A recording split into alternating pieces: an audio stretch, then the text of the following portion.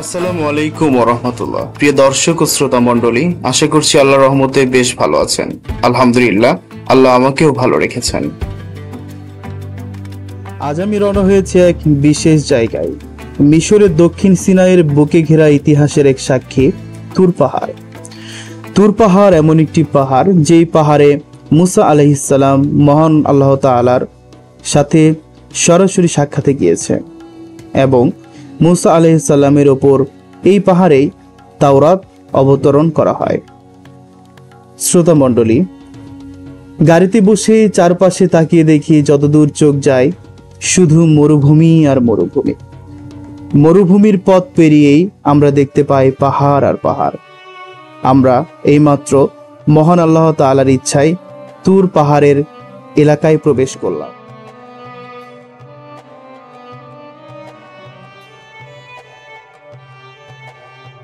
পাহাড়ে হালকা ঠান্ডা বাতাস, চারপাশ নীরব। পাহাড়ের উচ্চতা আনুমানিক 2285 মিটার, যা প্রায় 761 তলা ভবনের সমান। আপনারা এখানে যে উটগুলো দেখতে পাচ্ছেন, এই উটগুলো পাহাড়ে ওঠার জন্য ব্যবহার করা হয়। পাহাড়ি পথে পা ফেলার ফাঁকে চোখে পড়ে ছোট ছোট দোকান। কেউ বিক্রি করছে চা, কেউ খেজুর, আর কেউ মিশরীয় স্মৃতি। পাহাড়ের ক্লান্তি মুছে দেয় এক কাপ গরম চা আর অতিথির প্রাণপ্রিয় হাসি। যেন পাহাড়ও মাঝে মাঝে বলছে, হে অতিথি, বসে নিও একটু, পথ এখনো অনেক বাকি।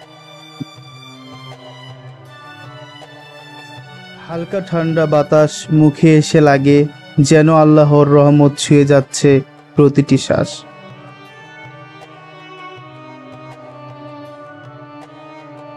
অবশেষে সেই চূড়া যেখানে একা দাঁড়িয়েছিলেন মুসা আলাইহিস সালাম, আর আল্লাহ তাআলা বলছিলেন, ওয়ানাদাইনাহু মিন জানিবিত তুরিল আইমান।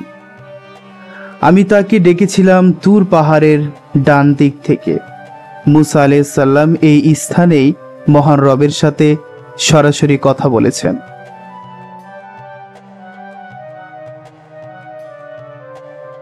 আমি দাঁড়িয়ে নামাজ পড়ি যখন, চারপাশে পাথর, আকাশ, নীরবতা আর বাতাস, কোথাও কোনো শব্দ নেই।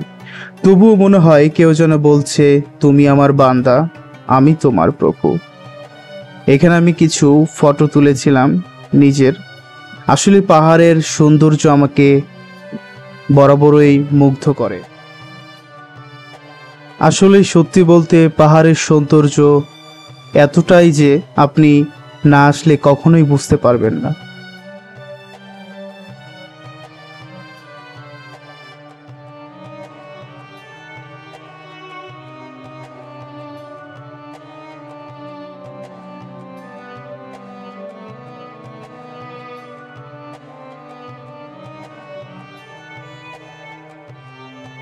হচ্ছে হারুন আলাইহিস সালামের মাকবারা।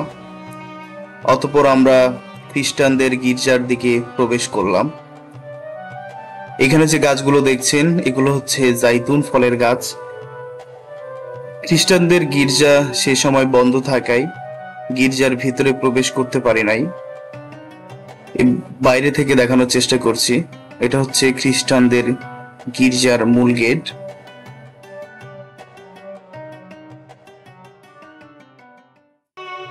দেখতে দেখতে প্রায় সফর শেষের পথে।